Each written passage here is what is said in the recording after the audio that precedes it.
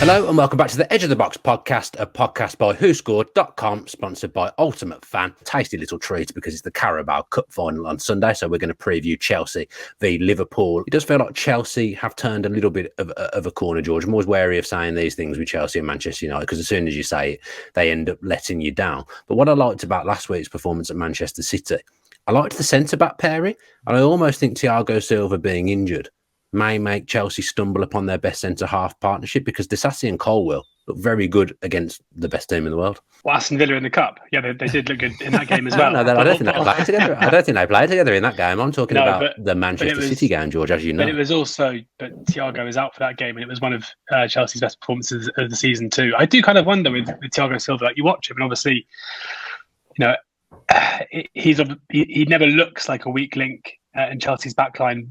But maybe not having a 39-year-old centre-back, even if he doesn't play like a 39-year-old, might not be the worst thing. And in Colwill and Disasi, they've got two players who I think complement each other really well. Like there's a balance between Colwill playing on the left-hand side. I think Disasi's a very impressive combination of being just so dominant physically and aerially whilst also being able to play.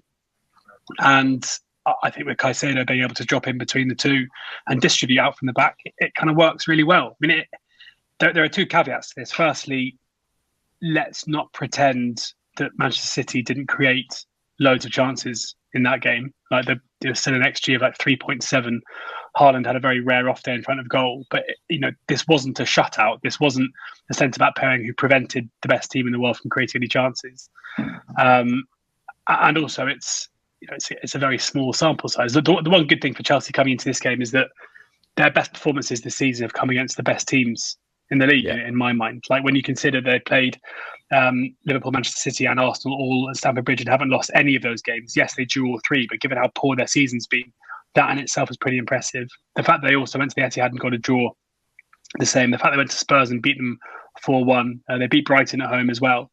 Like it's the home defeat against Villa that really stands out. And then of course they lost at Anfield as being poorer performances. But then also you've got the cup game against Aston Villa where they were very impressive. So for whatever reason, they seem to be a side who perform at their best against better opposition. And that, arguably is why they've made the final of the Carabao Cup and why going into this game, I think they have I think the presumption amongst neutrals and fans is that Liverpool are a massive favourites for this. And of course they are favourites, but a look at like the bookmaker prices and the rest of it probably has Chelsea a bit closer to Liverpool than people would expect. Yeah, just on Disasi again, 16 clearances he was credited with against Manchester City on his own. 16 effective clearances, 3 blocks. I think one of them was basically a goal line clearance as well, wasn't it? Just sort of scooping it off the line a little bit, not quite on the line, but you know what I mean. And he was really good. And so remember that I went to Selhurst Park to watch Palace Chelsea, that game that you guys were taunting me and by insisting that it was going to be a drab 0-0. No. We didn't taunt you. Well, we did taunt you a little bit, but also you were complaining about being in corporate hospitality. How I remember that's anyway. Right. That is true. Anyway, I enjoyed the game from corporate hospitality and watched Jefferson Lerma's best goal ever in the history of football. Straight after one of the worst attempted shots I think I've ever seen. Big time. But what really struck me is, obviously you get a different feel for players when you see them in person. It's the first time I'd seen Axel Disasi in person. The bloke is gigantic, isn't he? Like, he reminds me of a block of flats. He is rectangular, square shoulders, massive. He made Mateta look skinny and any other big player on that pitch look small. He is a man mountain. And yes, he's dominant in aerials and dominant in box defending and really strong from set pieces, attacking, defending. It's no wonder. It's like when he moves, he has like a gravitational pull. Everyone just falls out of the way. It's absolutely amazing. And I love it when I see a player for the first time in the flesh and you kind of get a different feel for them. And Disasi, everything you see like in the duels and the percentages, and it's no wonder. The guy is ridiculous, absolutely ridiculously big. It reminds me of something out of Minecraft. The shot. That's what I think. Squarish, built square. Yeah, for sure. Someone's built a Minecraft centre back. Very good. But yeah, that complemented with the fact that Silva, we've got all the love for Thiago Silva in the world, right? A huge amount of respect for his career, but he has been terrible this season. And now that he is not in the team, they look a lot better, and it's no surprise. Yeah, someone else in that back line, George, is Malo Gusto, who plays a lot of football due to the fact that Reece James is never ever fit. If and when Reece James comes back, I mean, I'm sure he'll get injured again when he does come back. Is Gusto almost too good to be backup, or is it good that Chelsea have two high-level players in that position? I think the days of backup players, especially in wide areas, are kind of gone. Especially when you play with the way that Chelsea play, the right back is effectively what a right winger has classically been in terms of physical profiles. And I think if you're going into a season expecting your right back to play 40 games, 45 games in all competitions, then you're probably going to end up having one with an injury record like Reece James, frankly. So I think Malo Gusto, even if Reece James, Sam's feels like it's about to burst out laughing. No, I'm still laughing about the Minecraft centre-back thing. That was off the cuff line as well. It's so good. I've been laughing about about it since. Malo Gusto is I mean, he's so good in possession, and that's been pretty evident since he came in. There have definitely been some defensive question marks around his willingness to defend, about his capability to defend. I thought he did pretty well against Doku. Like, again, it's one where the scoreline tells its own story. I thought in the last 20 minutes, Doku was consistently Manchester City's outball, and he did pretty well in possession as well. Like, Gusto certainly wasn't torn apart by him, but at the same time, it felt like Doku was pretty capable of standing up and going past him either on the outside or the inside pretty consistently. But this is a guy like Disasi. This is a guy who's come in to a pretty high pressure situation. It's his first season in Premier League football, and I think he's setting out and he's improving, I'd say, consistently. But it's quite rare, I think, for players to come in and have really standout first seasons. And Gusto, I think, is showing that if he continues his current improvement trajectory, he's a very shrewd pickup. Yeah, Enzo Fernandez as well, Sam. I still feel like I'm not sure what type of central midfielder he is. I feel like every time I watch him, I see little facets of things that he's good at. But I still feel like I don't know whether he's like someone who is kind of box to box, someone that sits in and is a good passer. Does he do all these things, decent in the tackle as well? You're going to tell me now what type of midfielder he is. Yeah, I'll try, but it's just funny because the way you were talking about him then and saying, oh, well, he does all these different things really well, it's a little bit difficult to pin him down sometimes. Doesn't that sound quite a lot like another Argentinian midfielder who is going to be playing in this final? Alexis McAllister is really good at lots of things, and like he gets cast in different roles and as a different profile, and he seems to be able to do all sorts of stuff. He's played a lot of time at the base of midfield for Liverpool, was played as a 10 in Argentina, played box-to-box at the World Cup for his nation, scored a goal from the penalty spot the other week. These two players have very multifaceted skill sets. And I think the only thing I would say on Enzo is he's definitely not a shadow striker. And actually, he's been set back quite badly this season by Pochettino playing him in way too advanced a role. But the rest of it, whether you play him as a 6 or an 8 as part of a midfield 3 or a midfield 2, put him in front of the defence or let Caicedo do that and move him a bit further, I think he can do all sorts. And he's really effective at lots of different things. Just don't play him as a shadow striker. That's my one request. I've been talking about this all year, but it's been annoying me all year. It's stopped recently, but it was quite a big problem for the first 3 months of the season. Is there an argument, and Liverpool fans listening to this will scoff because they're very happy with Alexis McAllister, but is there an argument that in a way, in terms of the profile of the players that they kind of were bought for, you could argue that Alexis McAllister would be a much better fit for Chelsea's squad right now, and Enzo is probably a more natural player to play in the role that Alexis McAllister's played this season? I would say, I think Enzo's at his best in my mind when he's playing as the distributor at the base of midfield. That he's the one collecting the ball off the defenders. He's the one where basically all possession goes through, and he's given creative freedom to create from deep. And he's also the person who's kind of the metronomic midfielder who will tick everything over. And that's basically the role that McAllister's been asked to play this season for the most part for Liverpool when he's playing in the middle of the three. Even though we know that he has some of the attacking capabilities that Enzo maybe doesn't have, but he's been asked to kind of perform in that role for Chelsea. Yes, probably a fair point. I mean, I think neither fan base would swap the players, but that's not what we're talking about. We're not saying like, oh, would you swap them? They both love those players, but you might be right there. Like that might be quite a nice body swap, a Freaky Friday situation. No one would notice. That's going to be the clickbait headline now, isn't it? Like Chelsea, Liverpool should swap McAllister and Enzo. We're not saying swap that. World We're not Cup saying winners. that. According to George Elek. Yeah. Yeah. Let's talk about Liverpool then and injuries, George. Catastrophic injuries for them at the moment, although they don't seem to be dealing with it badly at all. Another win last night against Luton, 4-1. So 2 4-1 wins in the last game. They're undoubtedly the favourites for this game, but we've already said Chelsea seem to have upped their game against the better teams.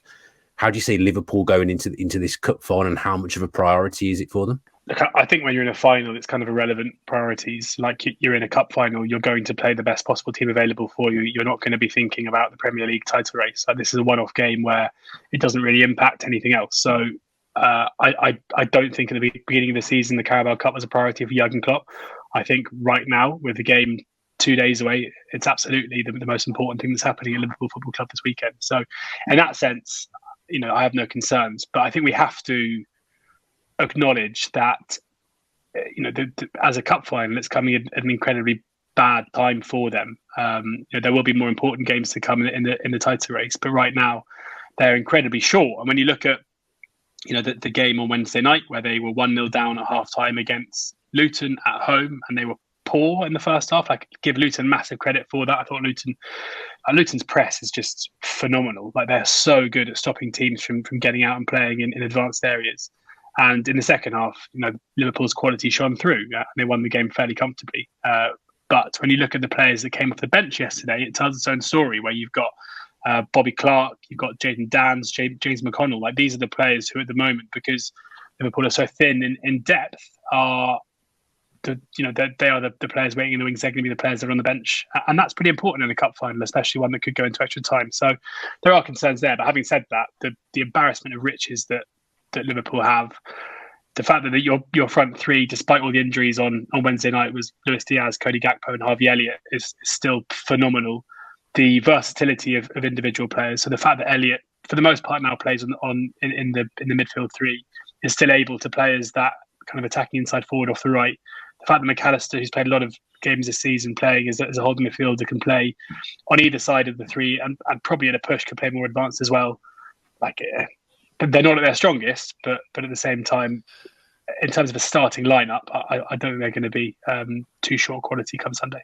Yeah, George is focusing on to a point, naming the sort of subs bench there and looking at who's coming on.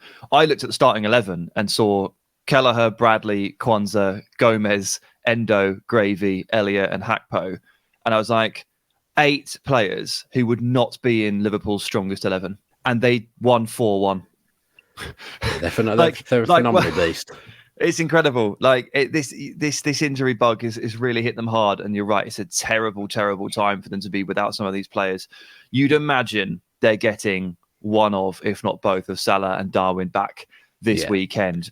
You'd imagine, but Konate was rested last night as well, and Robertson too. Yeah, so they'll both come in. Robertson got off the bench, didn't he? There's 2. Obviously, Kelleher would play anyway. But so they might be without 4. But isn't that just? And I've noticed it more this season, probably because of various factors, such as players playing too much and injury time and the rest of it. But like, I'm getting really bored of, especially managers, complaining about injuries and talking about we've got this many players. Like, every team in mid-February has 4 or 5 first-team players out. Like, this is the game. Like, no one has their strongest team available consistently over the course of a season. So that's why it comes down to the strength of a squad rather than, I think if on Sunday Liverpool lose to Chelsea, Jurgen Klopp can't come out and say, well, look at the injuries, because like it's kind of par for the course. I know they've been more hit now than most teams, and in particular Salah is arguably the best player in the league, or certainly one of them. But I kind of think I think I'm just bored of the amount of talk that goes through every club about injuries, because everyone's got them, and realistically, when certain players come back in the next couple of weeks, there'll be others who get injured. Yeah, I get what you're saying completely. I do think the way, for example, they handled the Brentford game last week, losing 2 players in the first half in separate incidents, and then having to take Darwin off almost to protect themselves to be able to make another substitution in case anything happened to him in the second half. I do think the way Klopp handled that was absolutely brilliant, and it was a really good game last Saturday at Brentford. But that's the thing with Liverpool this season, isn't it, Sam? they just seem to be able to ride out any storm that comes their way and just always find a way to win and get the job done. I think they're absolutely incredible, bearing in mind as well injuries, and they're almost in the midst of a mini rebuild, and now they know their manager's going at the end of the season as well. Yeah, I know. It's the old mentality monsters thing kicking in again, isn't it? And it's what Klopp has built in terms of a mentality of a squad, and so obviously they've gone to a losing position last night on Wednesday against Luton and gone and won. I can't remember the exact stat, but it puts them over 20 points, won from losing positions once again. I think they're on 22. It's absolutely remarkable. I mean, part of me is like, stop going behind. And I say that to Manchester City as well. I think 8 of the last 14 games that they've played, they've gone behind. So I don't know why these 2 of the 3 best clubs in the world are consistently going behind in games, but they are at least responding consistently in the correct manner and going on and churning on the points.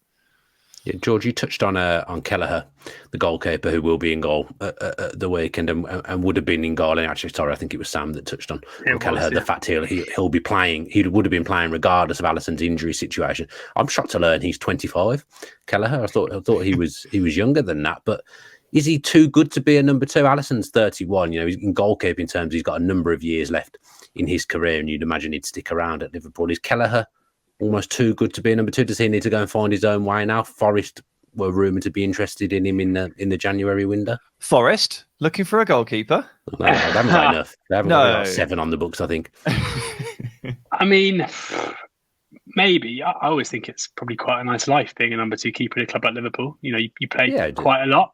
Even better being a number 3 at Manchester City good money. than Scott Carson. Yeah, well, no, but I mean, Kelleher can do that in 10 years when he's 35. Like, for now, he can actually play a few games. I always think there's probably too much hype around goalkeepers who we see very little of. Like, Kelleher has performed admirably this time around. I think there have been periods in recent seasons where he's come into Alisson, hasn't performed particularly well, and talk of him going 50 million would have been pretty fanciful. He looks okay. I mean, like, look at Dean Henderson, for example, who was, Manchester United fans were up in arms for 2 seasons that he wasn't pushing David De Gea for his starting spot, and now he's at Palace and he's kind of doing okay. Like, he seems to be a middling goalkeeper. Like, injured all the time as well.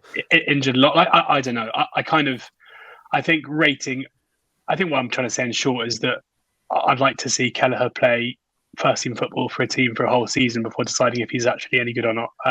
It's a small sample size. He's playing for a team who don't come under much pressure, and I think it's probably quite easy to look okay, and I think he's probably having quite a nice life. So yeah, I always think it's harder to come in for a team like that. Like the pressure's on you coming into a big club and only playing once every 3 months. I think that's in a way harder. But he'll face as many shots in about 4 games as someone who comes in at Sheffield United or a Luton does in a game.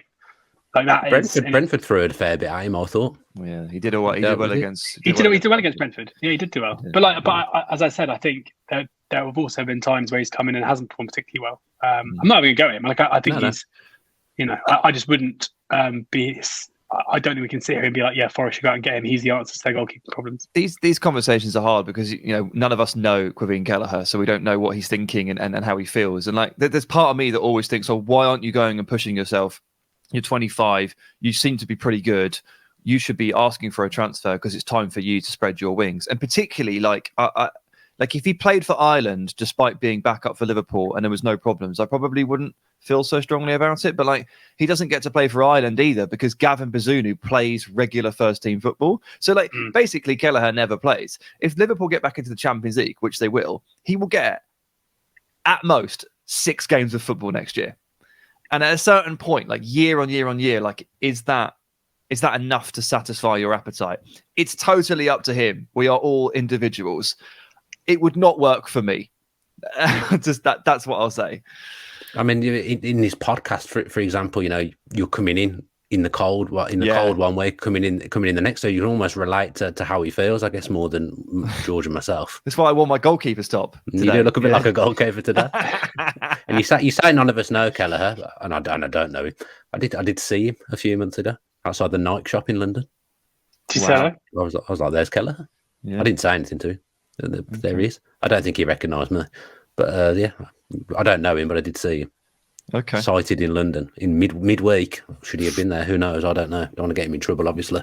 His brother plays for Colchester. Does he? He played for Oxford for a bit. Fieke, centre back. Oh, really? I didn't know that. Every day is a score day. Yeah. Let's talk a bit about who has been the kind of the senior man in some ways, George, in Liverpool's front three in recent weeks, or certainly the most consistent figure in the front three. Luis Diaz. He's been the Who Scored player of the match in 3 of his last 6 matches and scored or assisted in 3 of his last 4. Good job, he stayed fit. 4 of his last 5 now after the goal against. The stats are out of date, aren't they? Yes. Well, in fairness to the producer, yes, right before the game. That was not me knocking the producers. It's not the producer. Our producer doesn't do the stats for us. It's the Who Scored guys do the stats. The production team, I think we can call them. Everyone involved in the production of this great show. This is like a hallmark of Jurgen Klopp's Liverpool, isn't it? Where players just seem to step up at times of need. Like we've seen Diogo Jota do it at times this season, and now Luis Diaz, who's been, who made a bit of a splash when he first came in at Liverpool, but I think it's been maybe a bit disappointing in the last 6 to 8 months, but has now hit form at a time when Liverpool have really needed him. He's someone who I think offers a lot in possession. He's very, very tidy on the ball, but also his maybe his composure in the final third has sometimes been lacking, but that's something he's put right over the last couple of weeks. So I think he's a player that's frustrated and enthralled Liverpool fans in equal measure, but right now at a time where so many Liverpool attackers are out, they need players like Diaz to step up, and he's doing that. Yeah, got the combined 11 here. It's got to be one of the most interesting combined 11s of all time, given the fact that we're probably basing it off the fact. I know it's just Carabao Cup ratings, to be fair, so that's probably why it's a little bit more interesting than it would have been here. Do you want to have a guess at the split, Liverpool-Chelsea? George, I'll come to you first. Just Carabao Cup. That feels hard. Chelsea have had some hard games as well, haven't they, in the Carabao Cup? 6-5, Chelsea. I've absolutely no idea. It doesn't really matter, does it? It was 7-4. Okay. 7-4 to Liverpool.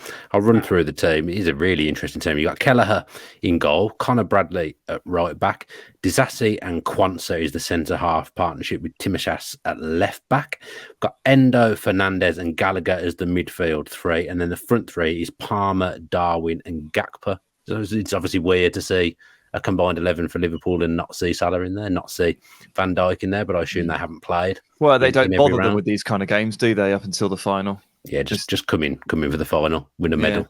Yeah, that's a nice life as well. Yeah, winning trophies. I'll take that one. Yeah.